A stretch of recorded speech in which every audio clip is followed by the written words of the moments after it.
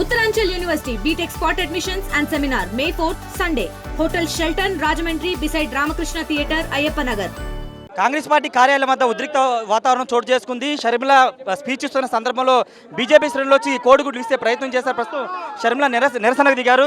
Madam, అంటే ఎలా చూడాలి? మీరు ప్రశాంతంగా మీ పార్టీ కార్యాలయంలో మీ కార్యక్రమం నిర్వహించుకున్న సందర్భంలో కోడిగుడ్లో దాడి చేయాల్సిన పరిస్థితి ఎందుకు వచ్చింది? ఇది వాంటెడ్గా చేసింది అనుకుంటున్నారు? ఎందుకు కోడిగుడ్లు మాత్రమే మీరు ఎందుకు అనుకుంటున్నారండి? వాళ్ళ చేతుల్లో కట్టెలు లేవా? వాళ్ళ చేతుల్లో కర్రలు లేవా? వాళ్ళ చేతుల్లో రాళ్ళు లేవా? మమ్మల్ని అటాక్ చేయడానికి వచ్చారు. ఆఖరికి మీరంతా మీడియా వాళ్ళు కలిసి వాళ్ళ తిక్కు కెమెరాలు తీసుకు వెళ్తే కదా వెనక్కి తగ్గారు. లేకపోతే మా పరిస్థితి ఏమిటండి?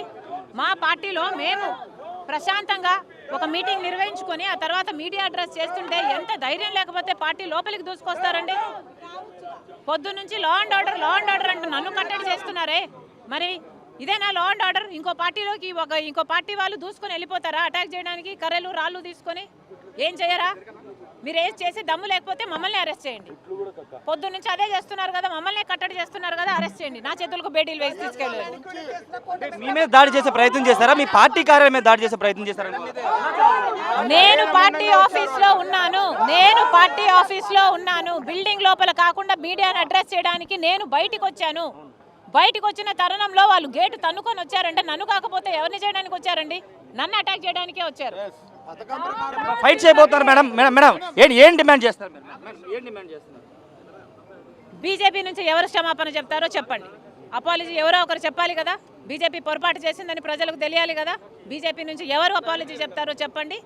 కూటమి ప్రభుత్వం కూడా ఇంకోసారి ఇలా జరగదు అన్న గ్యారంటీ ఏమిటి? రేపు పొద్దున్న నేను అడుగు బయట పెట్టాలంటే నాకుండదా భయం? మరి ఆఫీస్లోకి ఇలా దూసుకొచ్చారంటే మరి నా పరిస్థితి ఏమిటి? కొనసాగిస్తారు మేడం క్షమాపణ చెప్పేవారు?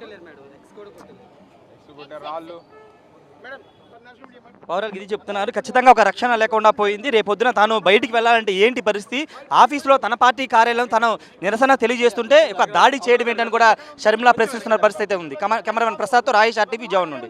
మరిన్ని వీడియోస్ కోసం ఛానల్ ని సబ్స్క్రైబ్ చేయండి. లేటెస్ట్ అప్డేట్స్ కోసం వాట్సాప్ ఛానల్ ని ఫాలో అవ్వండి. ఆ లింక్ డిస్క్రిప్షన్ లో ఉంది.